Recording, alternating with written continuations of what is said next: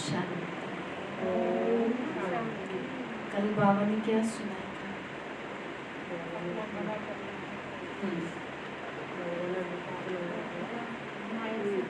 ठीक, चला बताओ, आप बताओ। निर्बल आत्माओं को वेरी गुड। बाबा ने कहा था, हाँ, बाबा ने कहा जो निर्बल है उनमें बल भरना है, ठीक है। और बल चाहिए, बाबा ने कहा था बल तुम्हारा बल चाहिए, समझ रहे हैं आप? मतलब आपकी शक्ति से बल भरेगा उनमें, आप अपनी शक्ति का सहयोग देंगे तो रूप में हिम्मत आएगी चलने की। क्योंकि सुनते तो वो कब से आ रहे हैं, वैसे दुनिया में बहुत मोटिवेशनल स्पीकर हैं, बहुत लोग मोटिवेट करते हैं, लेकिन फिर भी बहुत ज़्यादा लोग सुसाइड कर लेते हैं, नहीं चल पाते जीवन में। तो बाबा ने कहा था तुम्हारा ये काम है कि तुम किसी को अच्छी बात बता तो रहे हो, लेकिन उसके साथ साथ अपनी शक्ति भी उसको देनी है, जिससे कि उसमें बल आ जाए। आप बताइए। अपना भला करना तो श्रीमत पर। Very good. बाबा ने कहा था अपना भला करना है ना तो श्रीमत पे चलना पड़ेगा, अदरवाइज क्या होगा फिर आप सब जानते हैं। हाँ जी, आपने सुनी थी मुरली, बताओ। है जी, आप बताओ कोई बात। तो खाए तो नहीं हार हार नहीं खानी। आप सुने थे मुरली, कुछ याद है? बाबा ने कहा था कि इस जगत से माता को अपना उपयोग बाबा से जोड़ना है, और जो विघ्न आ रहे हैं इसी यज्ञ में वो पाप का भरा भर रहा है, तो इसलिए विघ्न आ रहे हैं। हाँ, जब भरेगा तो फूटेगा, ठीक है। सामने रखे वेरी गुड। चलिए, तो बहुत अच्छा है, मंथन करते हो, इसका मतलब चाहे डर से ही करो करना तो जरूरी है, नहीं? हाँ, ये डर अच्छा है। चलिए, तो आज 11 तरीके मीठे बाबा की महावाक्य है। 10/12/1987 का रिवाइज कोर्स है। मुरली का हेडिंग है तन मन धन और संबंध का श्रेष्ठ सौदा। तन मन धन और संबंध का श्रेष्ठ सौदा। आज सर्व खजानों के सागर रत्नागर बाप अपने बच्चों को देख मुस्कुरा रहे हैं कि सर्व खजानों के रत्नागर बाप के सौदागर बच्चे अर्थात सौदा करने वाले कौन हैं और किससे सौदा किया है, किस चीज का सौदा किया है? बाबा से। सारी खराब चीज ले लो और जितनी भी अच्छी आपके पास वो सब दे दो तो ये क्या, ये सौदा ही तो है, और क्या है। और बाबा ने कहा, देखो, बाबा ने कहा मैं बहुत खुश हो रहा हूँ कि मेरे सामने बैठे हैं ऐसे बच्चे। अच्छा देखो, मैं सोचती हूँ कि बाबा ही है जो ऐसा सौदा कर सकता है, अदरवाइज कौन करे? कोई भी आपकी खराब चीज क्यों लेगा और अच्छी आपको क्यों देगा? आप सोचो, आपको अच्छा बनाने के लिए इतना जो बाबा पीछे पड़ा हुआ है, तो कम से कम अब तो उसकी ममता को समझ लो, जैसे आपके अंदर ममता है। तो बाबा ने कहा मेरे को खुशी हो रही थी, मतलब बाबा ने इन शॉर्ट कहा, मैं मुस्कुरा रहा था। परमात्मा सौदा देने वाले और परमात्मा से सौदा करने वाली सूरतियाँ कितनी भोली हैं, मतलब कितनी सूरत उनकी, कितनी भोले भोले बच्चे हैं ना। और सौदा कितना बड़ा है, ये इतना बड़ा सौदा करने वाले सौदागर आत्माएं हैं। ये दुनिया वालों की समझ में नहीं आ सकता, दुनिया वालों की नज़र में मूर्ख हैं, लेकिन भगवान की नज़र में हम ही सबसे ज़्यादा समझदार हैं जी। हाँ, खूबसूरत है, समझदार है ना। जिसने अपने भविष्य को सुंदर बना लिया उससे ज़्यादा समझदार और कौन होगा बताओ। बाबा ने कहा दुनिया वाले जिन आत्माओं को नाउम्मीद, अति गरीब, असंभव समझ किनारे कर दिया कि ये माताएं कन्याएं परमात्मा प्राप्ति के क्या अधिकारी बनेंगी, लेकिन बाप ने पहले माताओं कन्याओं को ही इतने बड़े ते बड़ा सौदा करने वाली श्रेष्ठ असामी बना दिया। देखो, जब संस्था की शुरुआत हुई तो सबसे पहले बाबा ने माताओं बहनों को ही लिया, ठीक है। और 1936 वो समय ऐसा था, पुरुष प्रधान समाज बहुत ज़्यादा था उस समय, सती प्रथा, दहेज प्रथा बहुत थी उस टाइम।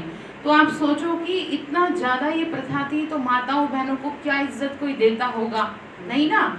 तो इसीलिए बाबा ने प्रायोरिटी सबसे पहले माताओं बहनों को दी, और उस दिन से आज का दिन है कि कितना देखो आगे बढ़ गई है ना।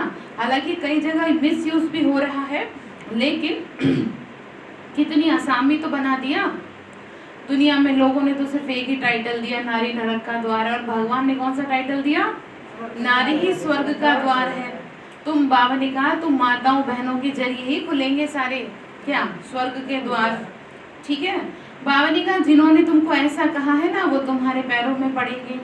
अब इसका मतलब ये नहीं कि हमें कोई अभिमान आ रहा है, भगवान ने हमें हमारी पहचान कराई है, ठीक है। नारी को शक्ति कहा जाता है, तो बाबा हमारे सहारे लोगों को यानी दुनिया को ये बताएंगे कि बच्चे यही तो वो शक्ति है जिस पे दुनिया टिकी है। नहीं देखो कहा जाता है ना जय माता दी, ठीक है, वंदे मातरम, ये कोई कहता है वंदे पितरम, अच्छा भी नहीं लग रहा। कितना अटपटा लग रहा है बोलते हुए नहीं। तो बाबा ने कहा तुम ही हो मेरी आंखों का तारा, और सबसे ज्यादा माताएं भावुक होती हैं तो भगवान को अपने प्यार में बांध देते। तो फिर आपसे क्या कमी हो रही है फिर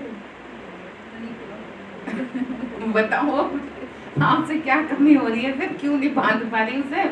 कान्हा की तरह बांध लो, कान्हा को कैसे बांध दिया था ओखली से, फिर भी निकल के चला गया। तो आप बाबा को ज्योति बिंदु को बांध के तो दिखाओ, वैसे देखो एक दिन एक्सपेरिमेंट करके वो बंध जाए आपके प्यार में, बांध सको तो देखो बांध लो, ठीक है।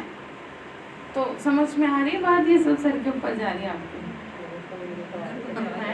अंदर जा रही है, अंदर ही उतारो इसे, ठीक है।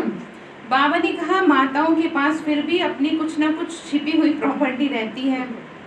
ज्ञान का कलश पहले माताओं और कन्याओं के ऊपर रखा। यज्ञ माता जगदम्बा निमित्त गरीब कन्या को बनाया। माताओं के पास कुछ ना कुछ प्रॉपर्टी छिपी रहती है, लेकिन कन्या माताओं से भी गरीब होती हैं। तो बाप ने गरीब से भी गरीब को पहले सौदागर बनाया, और सौदा कितना बड़ा किया। मतलब बाबा ने कहा मैंने तुम्हें इसलिए चुना ना कि तुम देखो दुनिया से भी गरीब और मन से भी गरीब। माताएं और कन्याएं क्या मन से अंदर ही अंदर क्या होती रहती है? हाँ, घुटती रहती हैं, दुखी होती रहती हैं, कोई समझता नहीं है, पर बाबा तो सब समझता है ना, इसीलिए उसने प्रायोरिटी दी सबसे पहले माताओं को कि तुम्हारे बिना एंट्री नहीं मिलेगी किसी को। इसीलिए हर सेंटर पर रेस्पॉन्सिबल टीचर बहन माता ही होती है, बहन ही होती है, टीचर बहन ही होती है, तो कुमारी होगी या माता होगी। अच्छा चाहे भाई कितने भी आगे चले जाएं, लेकिन बाबा ने आज तक भी किसी को ये प्रायोरिटी नहीं दी कि तुम जो हो क्या हो, इंचार्ज हो। हालांकि सेवा बहुत करते हैं भाई भी, लेकिन सबसे ज़्यादा बाबा ने ये काम इसलिए किया क्योंकि जिससे माताओं को लगता है ना कि हमारी तो कोई जीवन नहीं है, हमारा तो कुछ है नहीं, तो इसीलिए भगवान ने आगे सबसे पहले, भाई तो फिर भी कमा लेंगे जैसे तैसे कर लेंगे अपने जीवन को, लेकिन माता या कुमारी कहाँ जाएगी, इसीलिए उसके लिए बाबा ने ऐसा रास्ता बनाया। बाबा ने कहा जो गरीब कुमारी से जगदम्बा सो धन की देवी लक्ष्मी बना दिया, जो आज दिन तक भी भले कितने भी मल्टी मिलीनियर करोड़पति हो, लेकिन लक्ष्मी से क्या करते हैं? धन जरूर मांगते हैं। तो आप हो ना धन की देवी, जितना जितना ये ज्ञान को अंदर समाती जाओगी ना, उतना उतना स्थूल धन खिंच के आएगा आपके पास, और जितना क्रोध में लिप्त रहोगे तो हाँ, तो जितना है ना घर में, फिर ना वो घर में खाने पीने की चीजें भी नहीं रह पाएंगी। आप समझ रहे हो? घर में जो आपका भंडारा है ना वो भी खाली रहेगा, इसलिए आपके हाथ में है आपका घर। बाबा ने कहा रत्नाकर बाप अपने सौदागर बच्चों को देख हर्षित हो रहे हैं। एक जन्म का सौदा करने से अनेक जन्म जन्मांतर मालामाल भरपूर हो जाते हैं, और नियमित सौदा करने वाला भले कितना भी बड़ा बिजनेसमैन हो, लेकिन वो सिर्फ धन का सौदा, वस्तु का सौदा करेंगे। एक ही बेहद का बाप है जो धन का भी सौदा करते हैं और मन का भी करते हैं। बस कहते हैं मन मुझे दे दो, जैसे तुमने मन मुझे दे दिया वैसे ही तुम्हारे 21 जन्म तक मन सेफ रहेगा। बाबा ने कहा तन का भी और सदा श्रेष्ठ संबंध का भी सौदा करते, ऐसा दाता कोई देखा? चारों ही प्रकार के सौदे किए, मन यानी कि तन, मन और धन और जन, ठीक है। कोई तो सौदा ऐसा हो कि जिसमें मतलब आप भगवान से कर सको, जैसे किसी कोई तन नहीं लगा सकता तो मन लगाए, मन नहीं लगा सकता तो धन लगाए, धन नहीं लगा सकता तो संबंध यानी जन लगाए, यानी अपनी संतान जो बच्चे हैं उनको सेवा में लगा सकते हैं। ये भी बहुत बड़ा पुण्य है, ये भी बहुत बड़ी सेवा है। जैसे कि जो माताएं बहनें अपने बच्चों को ज्ञान में चलाती हैं या ये कहीं बाबा के बच्चे बन जाते हैं वो, तो ये भी बहुत बड़ी सेवा है। अपना सुख त्याग करके भगवान की सेवा में भेज देना, नहीं तो कहीं ना कहीं हर माँ बाप को क्या रहता है कि मेरा बच्चा मेरी सेवा कभी तो करेगा ही, मैं कभी बीमार हो जाऊंगी, कभी कुछ हो जाएगा, मेरी करेगा। लेकिन उसने वो सुख भी त्याग दिया, क्या सोचा नहीं भगवान की करेगा। तो कितना बड़ा ये सेवा है ये भी। नहीं, बाबा ने कहा तो तन सदा तंदुरुस्त रहेगा। देखो ध्यान से सुनना, इससे क्या क्या फायदा होगा जब आप तन लगाओगे, ठीक है। तो पहली बात, तन सदा तंदुरुस्त रहेगा, मन सदा खुश रहेगा, ठीक है। और धन के भंडार भरपूर और संबंध में निस्वार्थ स्नेह रहेगा। बात समझ में आई? क्या कहा? तन कैसा रहेगा और धन, आपके घर में कभी किसी चीज की कमी, और संबंध आपको सबसे प्यार मिलेगा। अभी तो क्या है, अभी तो सोचते हैं ना कि भाई फलाने हमारे से प्यार से बात नहीं करते। जब आप इस तरीके से करोगे ना सेवा जो मैंने बता रखी 21 दिन की, उससे बहुत फर्क पड़ेगा। फिर देखो आगे क्या कह रहे हैं बाबा ने। और गारंटी है, मतलब गारंटी भी ले रहे हैं। आजकल की जो मूल्यवान वस्तु होती है ना उसकी गारंटी देते हैं। बाबा ने कहा 5 वर्ष 10 वर्ष की गारंटी देंगे और क्या करेंगे, लेकिन रत्नाकर बाप कितने समय की गारंटी देते हैं?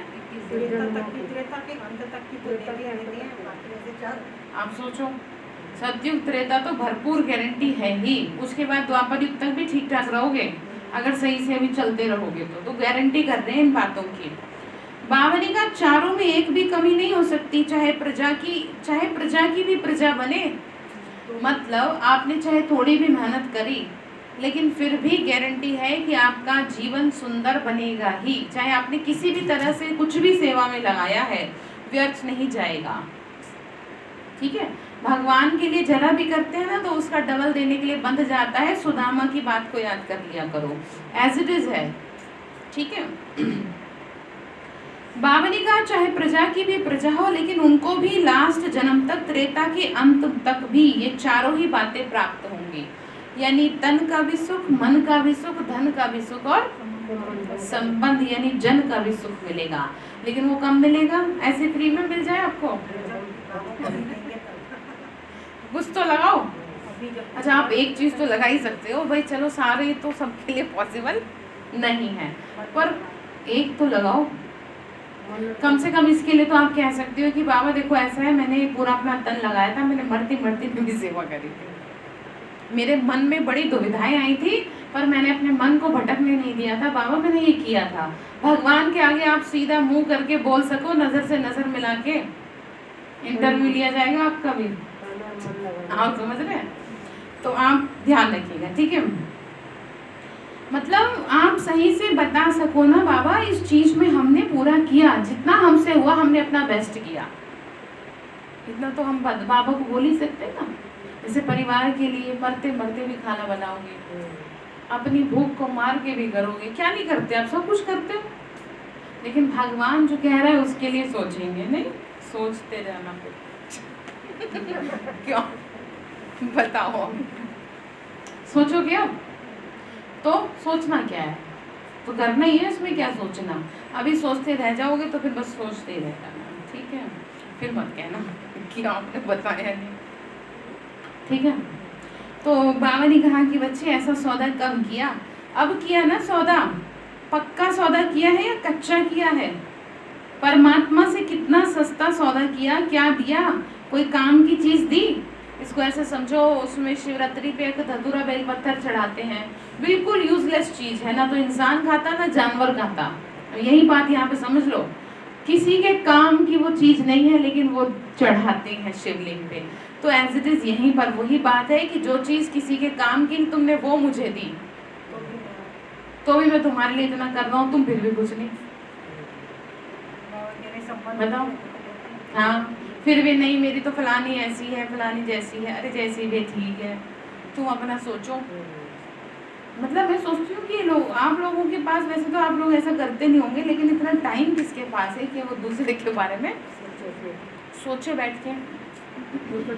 अपने बारे में सोचो, ठीक है।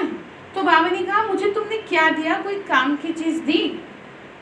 बस एक प्यार मांगा है उसने, और वो भी उल्टा सीधा दे देते हैं। उल्टा सीधा समझ रहे हैं कि कभी मन में आया तो बाबा पे इतना प्यार आता है आपको अंदर से, जैसे पता नहीं मुझे सब दुनिया बेकार, और कभी पता ही नहीं, आज मन ही नहीं लग रहा बाबा में। तो ये क्या है? आपके प्यार में खोट है इसका मतलब, कि जो कभी तो बहुत उमड़ के आता है और कभी तो रहता ही नहीं। तो अब आप क्या कहा जाए आपको? मतलब ही खाओ। हाँ, भगवान से भी ऐसे करोगे आप? तो बाबा ने कहा मैंने तुमसे सिर्फ भक्ति में भी भगवान भावना का भूखा है, आपके प्यार का। गीता वेद शास्त्रों में साफ स्पष्ट शब्दों में लिखा है, मुझे न चाहिए पूजा पाठ, न चाहिए जप तप, न दान पुण्य, न तीर्थ, न नेम, कुछ नहीं चाहिए, बस तुम्हारा प्यार में भी आप गफलत कर दो तो फिर वो क्या सोचेगा बाबा।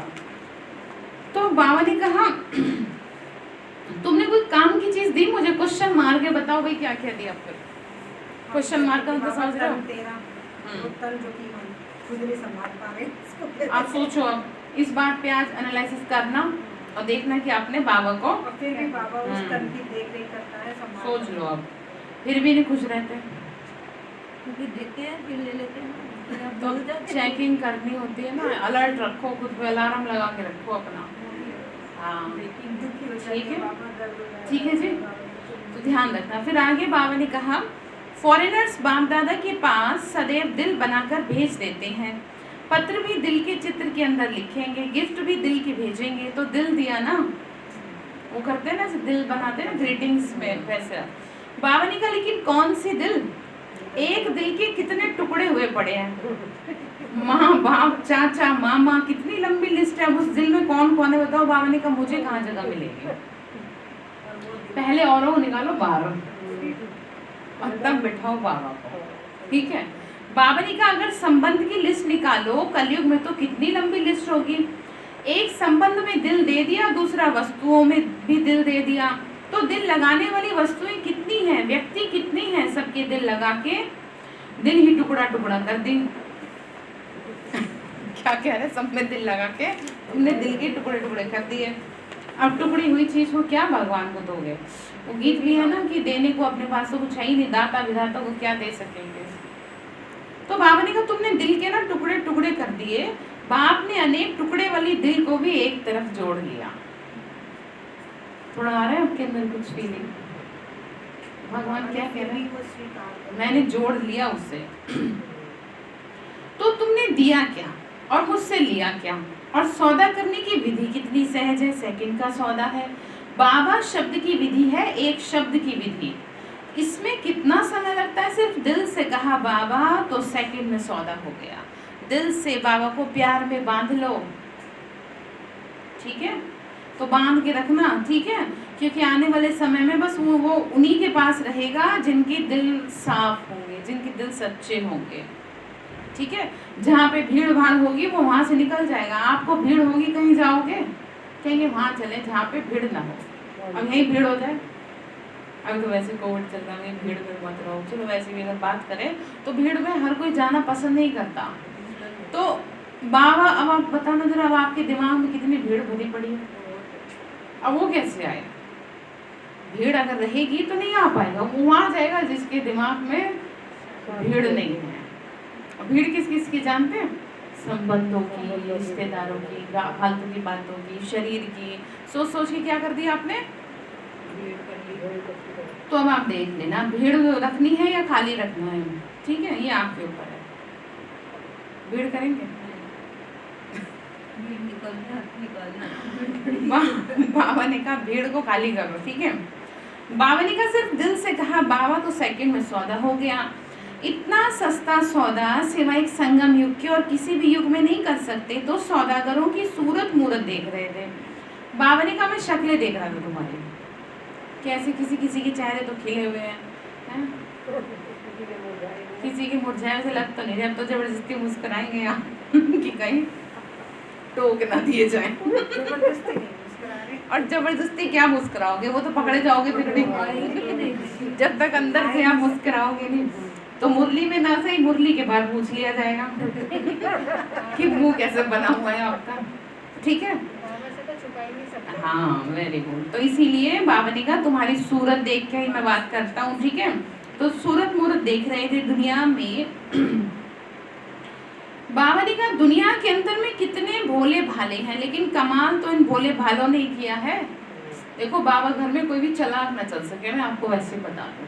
जो भी कोई चालाक बनता है ना, या कुछ ज्यादा मतलब रहता है कोई, जैसे ज्ञान सुनते सुनते भी कईयों में क्या आ जाता है, अहंकार आ जाता है, तो उसको भी चालाक की कैटेगरी में रख देंगे। ठीक है, ये और भी बहुत सारी आत्माएं आती हैं तो ऐसे करती हैं, तो वो बाबा घर में टिक नहीं पाती हैं, मैं आपको बताऊं, क्योंकि वो है भोला भाला।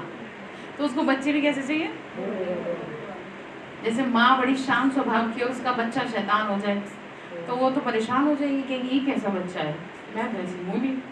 तो बाबा क्या कहेगा, मेरे तो तुम शांत बच्चे हो, भोले भाले हो, तुम मेरे साथ चालाकी दिखाओगे, तो फिर आउट कर देगा, कह देगा तुम मेरे बच्चे नहीं हो सकते। लोग का भगवान का। ठीक है, तो भोले भाले से मतलब ये है कि आप चाहे कैसे भी हैं, पर भगवान के साथ तो कम से कम चालाकी नहीं करते। चालाकी क्या होती है समझते हैं ना, अंदर बना। हाँ, एक्स्ट्रा और स्मार्ट। चलो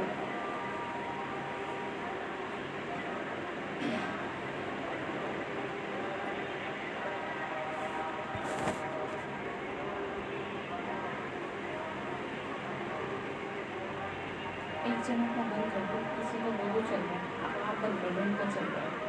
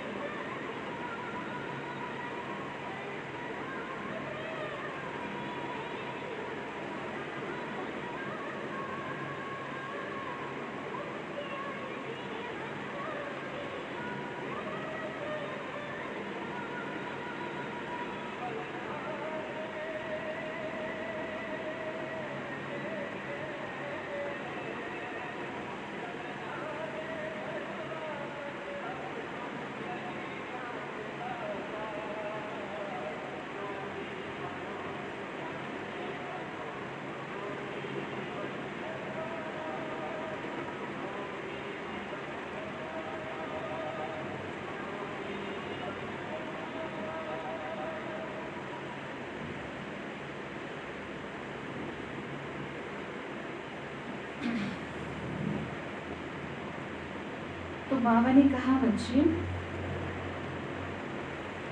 लेकिन कमाल तो इन भोले भालों ने किया, सौदा करने में तो होशियार निकले, आज के बड़े बड़े नामी ग्रामी धनवान धन कमाने की बजाय घर को संभालने की उलझन में पड़े हुए हैं।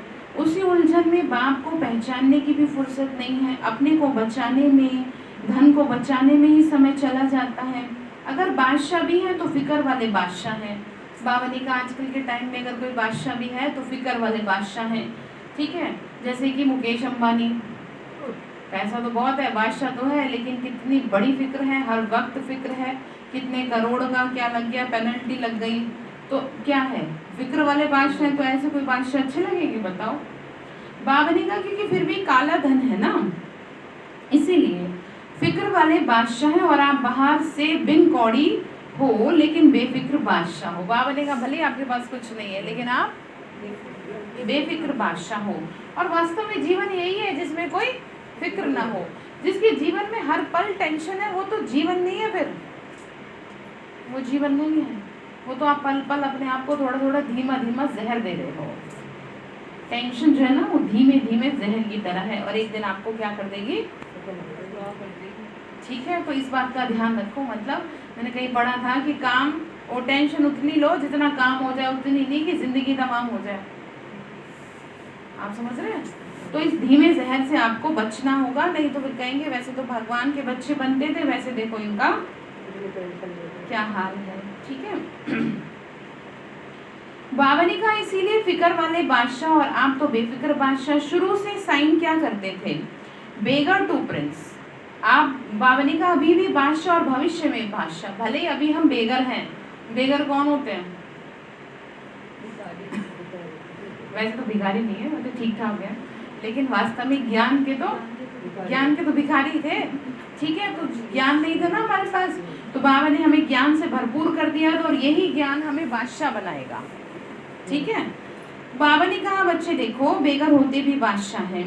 आजकल के जो नंबर 1 धनवान असामी हैं उनके सामने आपके त्रेता के अंत वाली प्रजा भी ज्यादा धनवान होगी। बाबा ने कहा आजकल के रिचेस्ट इन द वर्ल्ड जो कहते हैं ना, वो भी त्रेता के अंत में जो प्रजा होगी ना वो उसके हिसाब के होंगे। आजकल की संख्या के हिसाब से सोचो, धन तो वही होगा और दबा हुआ धन भी निकलेगा। तो जितनी बड़ी संख्या उसी प्रमाण धन बांटा हुआ है और वहाँ संख्या कितनी होगी उसी हिसाब से देखो तो कितना धन होगा। बाबा ने कहा कितना धन अंदर दबा पड़ा है, इसीलिए सहारा लेंगे प्राकृतिक आपदाओं का। प्राकृतिक आपदाओं से क्या होगा? जो भी अंदर दबा पड़ा है वो बाहर आएगा और जो ऊपर जितनी गंदगी है वो सब अंदर चली जाएगी। तो इसलिए जरूरी है। तो प्रजा को भी अप्राप्त कोई वस्तु नहीं। तो बाबा ने कहा इतना तुम रिचेस्ट होंगे कि जो तुम्हारी प्रजा होगी ना वो भी एकदम हर चीज से भरपूर होगी। तो बादशाह हुए ना, बादशाह का अर्थ ये नहीं कि तख्त पर बैठे, बादशाह अर्थात भरपूर, कोई अप्राप्ति नहीं, कमी नहीं। तो ऐसा सौदा कर लिया है या कर रहे हो कि नहीं? बाबा एक सोने की ईंट तो दे दो। किसी ने मेरे से सवाल किया कि आप बाबा को कहो कि ना हमें सोने के महल ना दे, अभी एक ईंट ही दे दे, हम उससे बड़ा काम चला लेंगे। मैंने कहा इस हिसाब की मेहनत तो कर लो, क्या पता दे दे। तो ये तो पॉसिबल है नहीं। ठीक है, मतलब आप करो कुछ मत और हम बाबा से कह दें कि आप ये कर दो। आपको तो कुछ करना पड़ेगा। और आपसे कोई मेहनत क्या करवा रहे हैं? आपसे कोई हल चलवा रहे हैं? बताओ, आपसे कौन सी मेहनत करवा रहे हैं?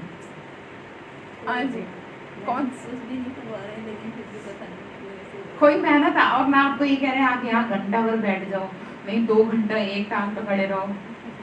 ऐसा कहा किसी को आज तक? ऐसा कहा नहीं, जबरदस्ती बैठो। अगर आप कहते हो हमें जाना है तो ठीक है जाओ। आपसे कुछ मेहनत करवाइए। आपको लहसुन प्याज का परहेज इसलिए बताएगी, वैसे ही समय ऐसा आने वाला है आपका खान पान शुद्ध होगा तो शरीर शुद्ध रहेगा। आप मुझे ये बता दो कि कौन से ऐसी मेहनत भगवान ने करवा ली आपसे कि जो आपको लगता है कि हम नहीं कर सकते।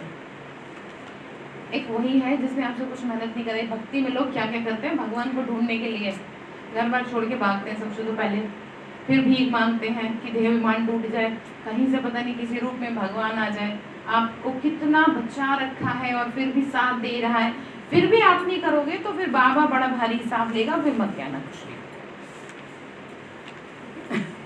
ठीक है, समझ गए आप? फिर कुछ मत कहना। तो इसीलिए देखो संडे की मूर्ति थोड़ा सख्त होती है, इसीलिए कह रहे क्या करें बताओ, बाबा भी ऐसे बात करेंगे तो बाबा ने कहा बच्चे तो बादशाह हुए ना, बादशाह का तेने के तख्त पर बैठे, तो तुमने ऐसा सौदा कर लिया या अभी सोच रहे हो?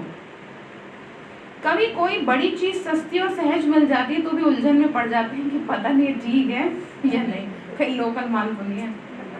तो मतलब अब उसका मतलब समझ रहे हो, मतलब आपको भगवान में भी संशय आ रहा है कि अगर आपको कह रहे हैं कि हाँ मैं मदद करूंगा, तो आपको भगवान में भी पता नहीं और काम है, कहीं भूल ना जाए मेरा काम है। उसकी 1000 भुजा है, ऐसे नहीं है गायन 1000 भुजाओं से आ जाता है वो। भक्ति में कितना गायन है, कैसे उसमें आ गया प्रहलाद के लिए, तो वो प्यार ही तो था, 1000 भुजाओं वाला ही तो है। तो बाबा ने कहा छोटी बात को बड़ी बात बना दी, आज भी उसी बात को ढूंढ रहे हो। तो बाबा ने कहा भक्ति मार्ग वालों ने सहज को इतना मुश्किल कर दिया और ही चक्र में डाल दिया, तो फिर नहीं समझ पाए, इसीलिए उलझन में है। ऊंचे में ऊंचा भगवान, उनसे मिलने की विधियां तो बड़ी लंबी चौड़ी बता दी, उसी चक्र में भक्त आत्माएं सोच में पड़े हैं कि वो वाली बात है, ना नौमन तेल होगा, ना राधा, ना तो हमसे तेरी पूजा पाठ होगी और ना हमें भगवान मिलेगा। तो बात ये है, और ऐसा कुछ है नहीं, ये सिर्फ एक उलझन क्रिएट की हुई है, बाकी कुछ नहीं है। हर किसी भी धर्म शास्त्र को आप उठा के देख लीजिए, सब में सिंपल सी लैंग्वेज में लिखा है कि मैं देह सहित देह के सभी धर्मों से परे हूँ, मुझे मेरे रूप को जानते हुए मुझे याद करो। बाबा ने फिर आगे कहा भगवान भक्ति का फल देने भी आ गए, लेकिन भक्त आत्माएं उलझन के कारण पत्ते पत्ते को पानी देने में बिजी हैं। कितना भी आप संदेश देते हो तो क्या कहते हैं, इतना ऊंचा भगवान इतना सहज कैसे आए, हो ही नहीं सकता, हम मान ही नहीं सकते। इसीलिए बाप मुस्कुरा रहे थे, बाबा ने कहा मत मानो। क्यों जानते हैं, क्योंकि वहां पे फिर भीड़ ज्यादा इकट्ठी करते हैं, सतयुग में नहीं आएंगे तो सभी आत्माएं। बाबा ने कहा चाहे किसी भी ऑक्यूपेशन की नामी ग्रामी, चाहे किसी भी ऑक्यूपेशन के नामी ग्रामी अपने ही कार्य में बिजी हैं, लेकिन आप साधारण आत्माओं ने बाप से सौदा कर लिया। बाबा ने कहा पांडवों ने पक्का सौदा कर लिया, डबल फॉरेनर सौदा करने में होशियार हैं। सौदा तो सबने ही किया, लेकिन किया कैसे? बताओ जी, सौदा तो सबने किया, लेकिन किया कैसे? नंबरवार पुरुषार्थ अनुसार।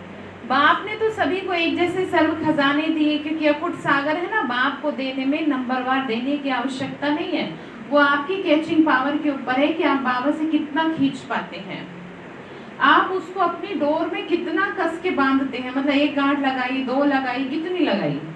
अगर एक गांठ लगाई तो सहज ही खुल जाएगी। दिखाया ना कैसे श्री कृष्ण को बांधा तो कितने गांठें लगाई थी।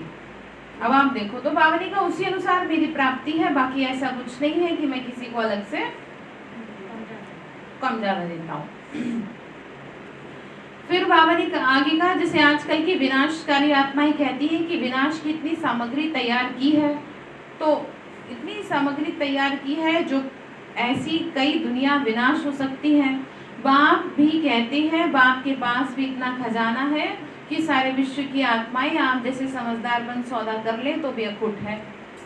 मतलब कितना भी ले लो कम नहीं है, जितनी आप ब्राह्मणों की संख्या है उससे पदम गुणा भी आ जाए तो भी ले सकते हैं, इतना खजाना है, लेकिन लेने में नंबरवार है। मतलब भगवान के ना तो प्यार में कमी होगी, ना शक्तियों में कमी होगी, ना सहयोग में कमी होगी। आप लेने वाले तो बनो, आप भगवान से लेने वाले बनो, जैसे दादियों ने लिया। बाबा ने कहा खुले दिल से सौदा करने वाले हिम्मतवान थोड़े ही निकलते हैं, इसीलिए 2 प्रकार की माला पूजी जाती है। मतलब जो बहुत अच्छे तरीके से बाबा के आगे समर्पित होते हैं। बाबा ने नाम दिया खुले दिल से। कहाँ अष्टरत्न और कहाँ 16,000 का लास्ट कितना अंतर हो गया सौदा करने में, तो एक जैसा ही है। लास्ट नंबर भी कहता बाबा और फर्स्ट नंबर भी कहता बाबा, मतलब आखिर में आने वाली आत्मा भी बाबा ही कहेगी और पहले नंबर में आने वाली आत्मा भी बाबा ही कहेगी, लेकिन दोनों की जो पद है, जो पोजीशन होगी, वो नंबरवार पुरुषार्थ अनुसार होगी। मतलब ये ऐसे है कि तो आपकी रग रग में बाबा समा गया कि आपको सपना भी दिख जाए कि आप कहीं किसी मुसीबत में, तो सपने में भी आपके मुंह से बाबा ही निकले।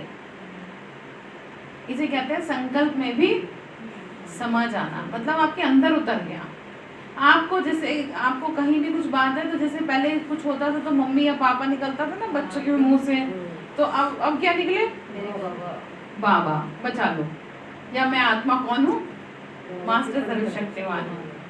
सपने में ही करने इतना पक्का अभ्यास हो गया, तो फिर इस हिसाब से नंबर अलग मिलेंगे।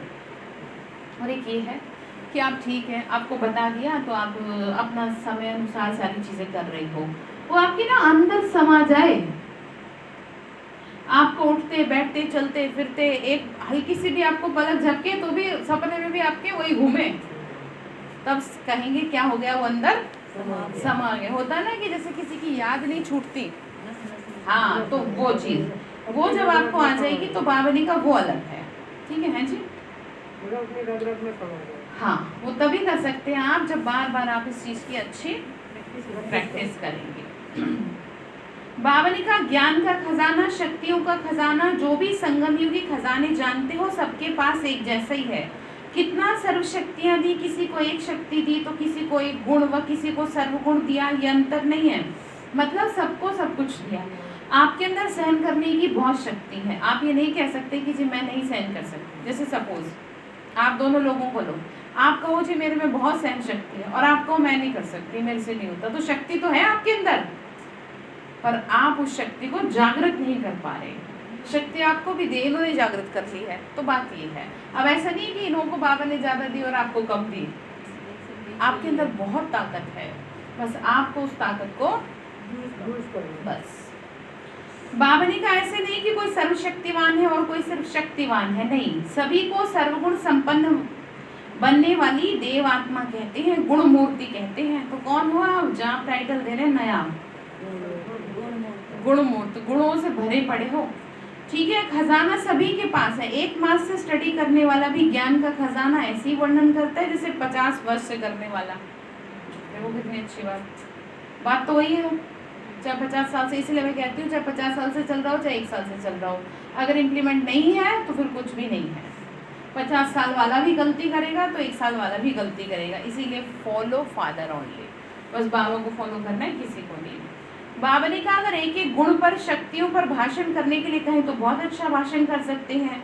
बुद्धि में है तभी तो कर सकते हैं, आपकी बुद्धि में है ज्ञान, तो खजाने तो सबके पास है।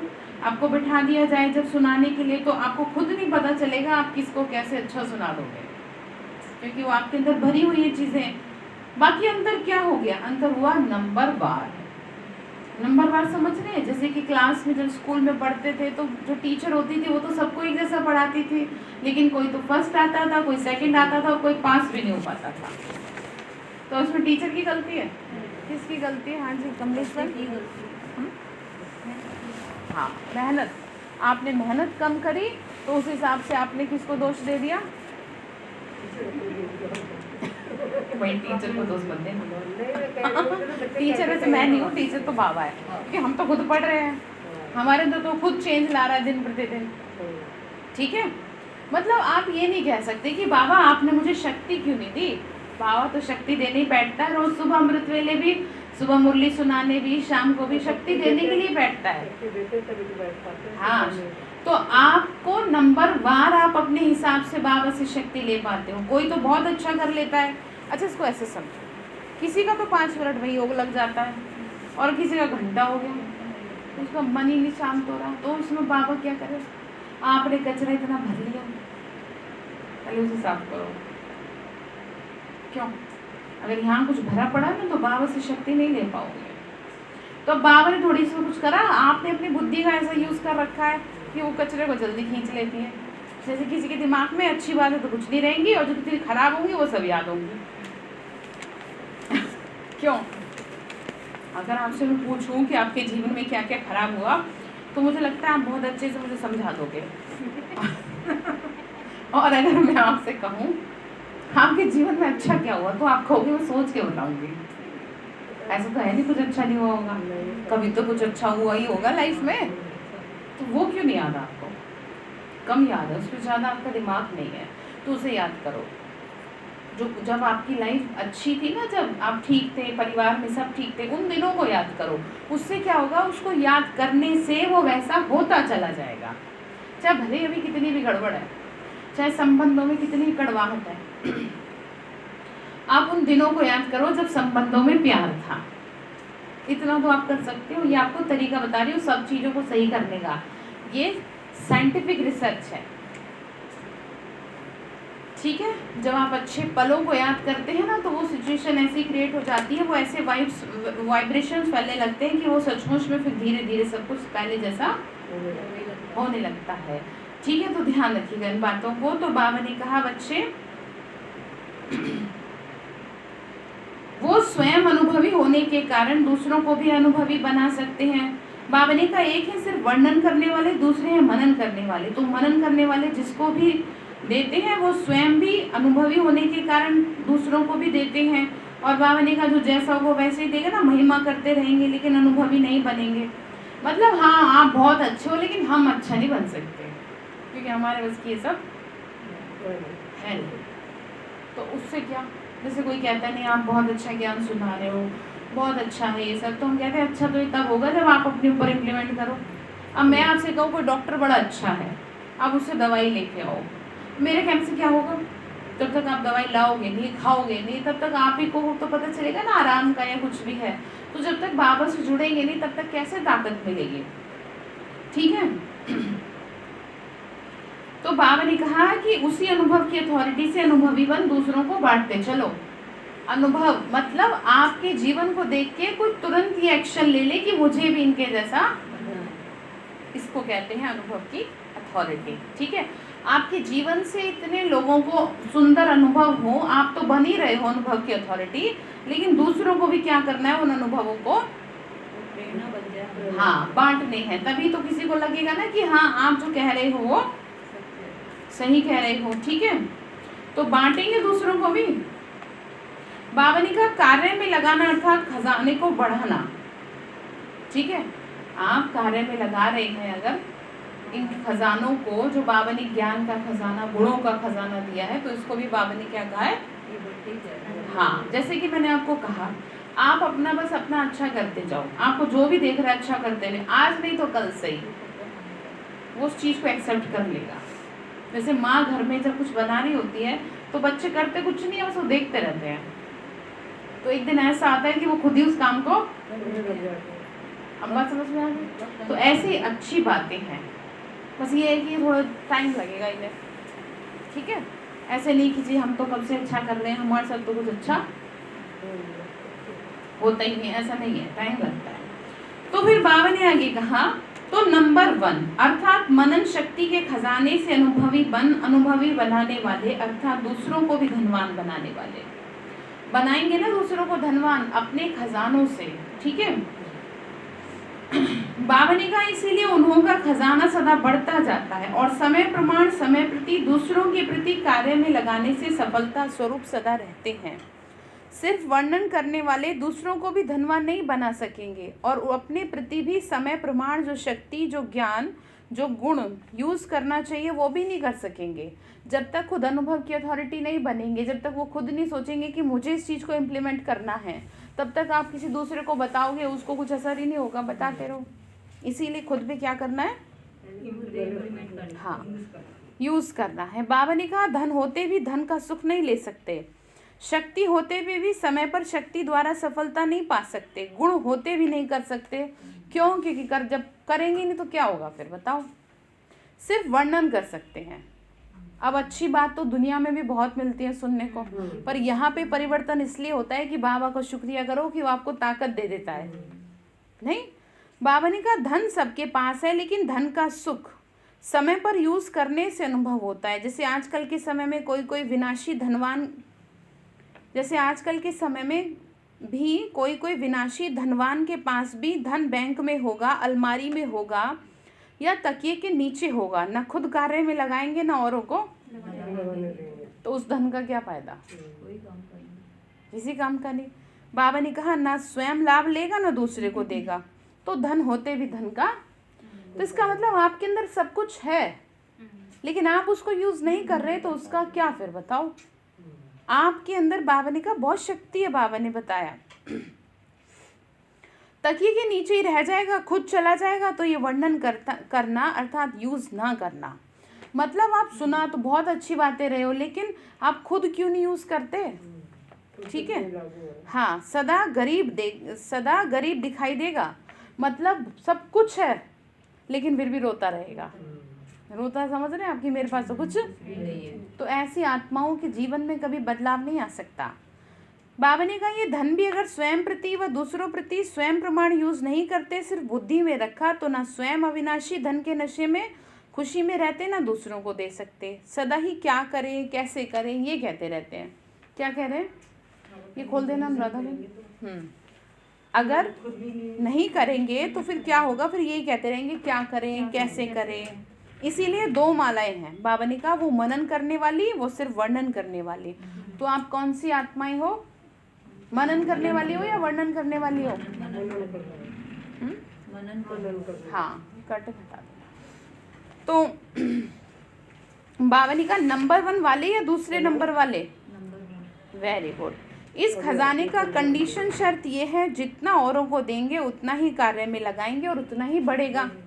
तो बाबा ने कहा वृद्धि होने की विधि ये है, इसमें विधि को ना अपनाने के कारण स्वयं में भी वृद्धि नहीं और दूसरों की सेवा करने में वृद्धि नहीं। मतलब आप अपने जीवन में कुछ परिवर्तन नहीं लाते तो ना तो कुछ जो आप कर रहे हैं उसमें वृद्धि होगी और ना ही किसी को जो बता रहे हैं उसके अंदर कुछ चेंज होगा। ठीक है, परिवर्तन नहीं होगा। कहा ना, देखो संख्या की वृद्धि नहीं कर रहे, संपन्न बनाने की वृद्धि करना है। अब यहाँ भीड़ थोड़ी इकट्ठी करनी है, यहाँ पे वारिस आत्माएं इकट्ठी करनी है। ठीक है। बाबा ने कहा कई स्टूडेंट संख्या में तो गिनती में आते हैं, लेकिन अब भी कहते रहते हैं समझ में नहीं आता योग क्या है। जैसे कहीं बहुत सारे लोग आए और उनको यही नहीं, उनका योग ही नहीं लगता, उनके जीवन में कुछ परिवर्तन ही नहीं है, तो उससे क्या होगा? कुछ भी नहीं।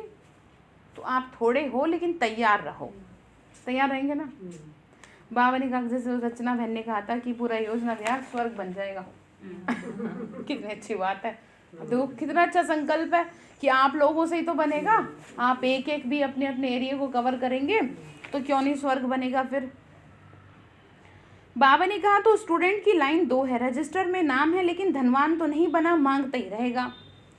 कभी कोई टीचर के पास जाएगा मदद दे दो, कभी बाप से रू रिहान करेगा मदद दे दो, तो भरपूर तो नहीं हुआ।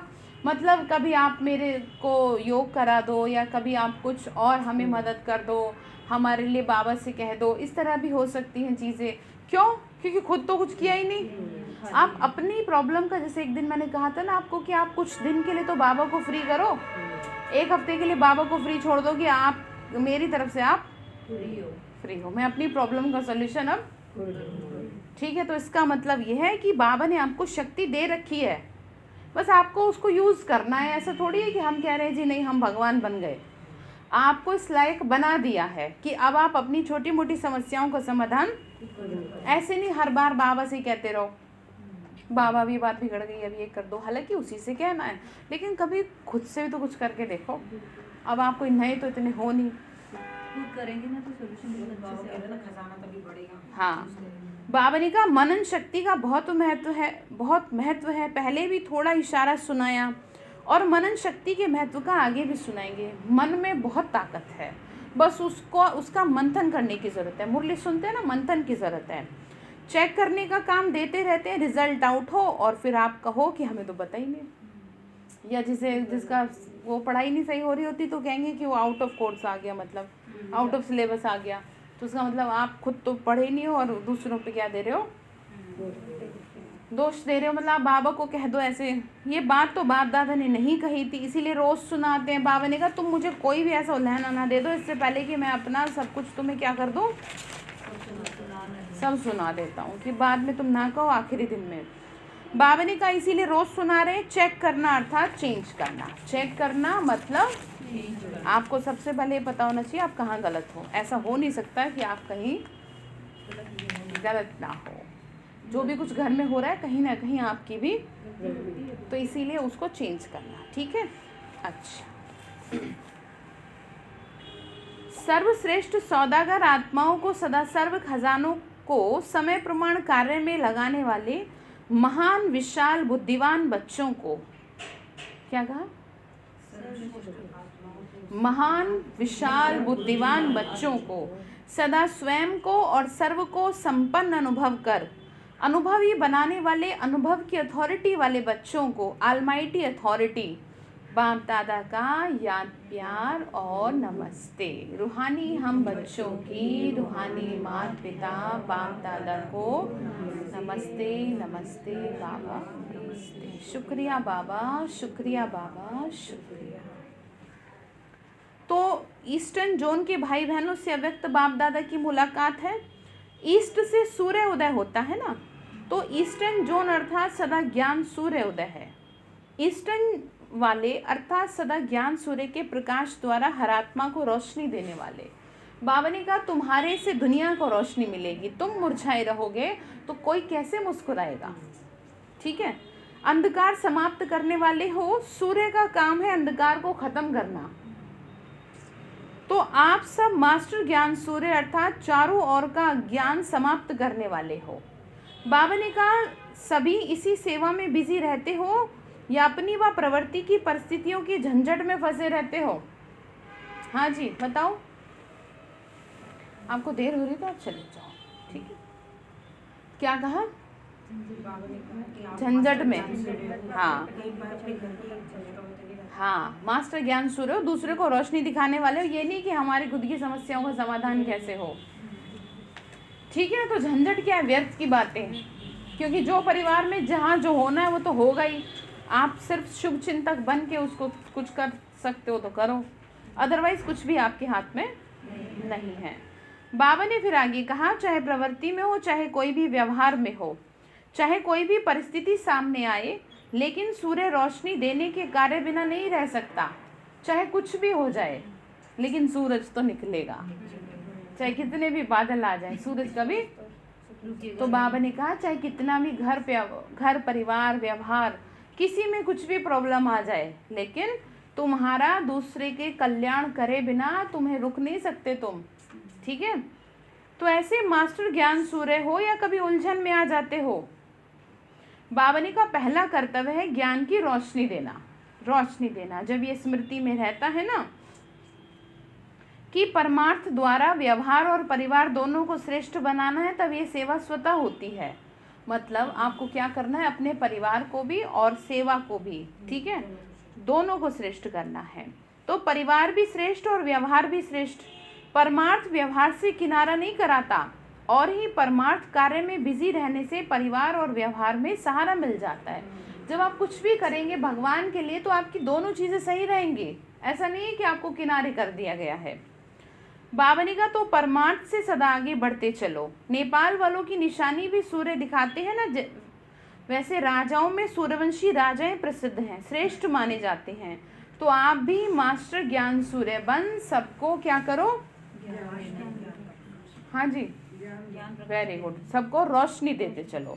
ठीक है, ये नहीं कि हमें तो किसी ने दी नहीं, बाबा ने इतनी दी है कि हमें तो किसी ने मोटिवेट किया नहीं, हमें तो किसी ने हिम्मत दी नहीं, हमें तो किसी ने समझाया नहीं, ये नहीं। अब तो समझा रहे, अब तो आपको ज्ञान मिल गया, तो अब आप दूसरों के कल्याण के लिए क्या करो, रोशनी दो। ठीक है, अच्छा वरदान दिया बाबा ने, संगम युग पर हर कर्म कला के रूप में करने वाले 16 कला संपन्न भव। संगम युग पर हर कर्म कला के रूप में करने वाले 16 कला संपन्न भव। बाबा ने कहा देवताओं की महिमा में गाया जाता है 16 कला संपूर्ण, संपूर्ण निर्विकारी, मर्यादा पुरुषोत्तम, अहिंसक, परमो धर्म। तो बाबा ने कहा तुम देवता बनने जा रहे हो, तो तुम्हारी हर कला कैसी होनी चाहिए, हर काम देवताओं जैसा होना चाहिए। ठीक है, बाबा ने कहा संगम युग विशेष कर्म रूपी कला दिखाने का युग है। जिनका हर कर्म कला के रूप में होता है, उनके हर कर्म व गुणों का गायन होता है। जैसे श्री कृष्ण के लिए करते हैं, उनके हर कला को पूजती है दुनिया, उठने को भी, सोने को भी, खेलने को भी, खाने को भी, कर्म ही तो है, कला के रूप में पूज रहे हैं। 16 कला संपन्न अर्थात हर चलन संपूर्ण कला के रूप में दिखाई दे, यही संपूर्ण स्टेज की निशानी है। जो भी आप काम करो बहुत परफेक्ट तरीके से करो, यानी परफेक्शन से करो। जो बाबा हम बच्चों को सिखाते हैं, जैसे मैंने आपको एक दिन कहा था कि आपको चलना सिखाएंगे, तो ये भी एक कला है। आपको भोजन करना सिखाएंगे, तो ये भी एक कला है। बोलना तो सिखाते हैं ना बाबा। तो ये सारी कलाओं में आती हैं, ठीक है। मतलब हर चीज़ में परफेक्ट होते हैं, खाली यही सफिशिएंट नहीं है। तो मैंने आपको एक छोटा सा एग्जांपल दिया है। बाबा ने कहा जैसे साकार के बोलने चलने सभी में विशेषता देखी। जैसे जब बाबा थे तो ये कला हुई ना, ये छोटी छोटी चीज़ें हैं, उठने बैठने की कला, देखने की कला, चलने की कला, ये सारी कलाएं हैं, ठीक है। कि कैसे चलते हैं, जब आप आते हैं एक होता है ना हवड़ दबड़, भोजन भी कैसे कर रहे हैं जल्दी, तो ये कला नहीं है, बाबा ने सिखाई कला। तो ऐसे फॉलो फादर कर 16 कला संपन्न बनो, ठीक है। तो क्या करेंगे फिर, अपने कर्मों पे ध्यान देंगे। हाँ, स्लोगन है पावरफुल वह है जो फौरन परख कर फैसला कर दे। पावरफुल आत्मा वो है जो फौरन परख ले सामने वाले को, और अगर आप नहीं परख पा रहे तो इसका मतलब आप पावरफुल नहीं है। आपको नहीं पता चलता जैसे कई बार कि पता नहीं सामने वाली आत्मा किस उद्देश्य से आपके पास आई है, उसके मन में क्या है, आपसे बोलचाल तो बड़ी मीठी है।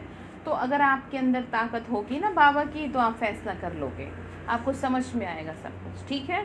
तो आज के लिए होमवर्क सबसे मेन बात जो है वो यही है कि आपको क्या करना है, जो आज बाबा ने कहा ना, उठने बैठने खाने पीने, आज चेकिंग करोगे आप खाना कैसे खाते हो, ठीक है।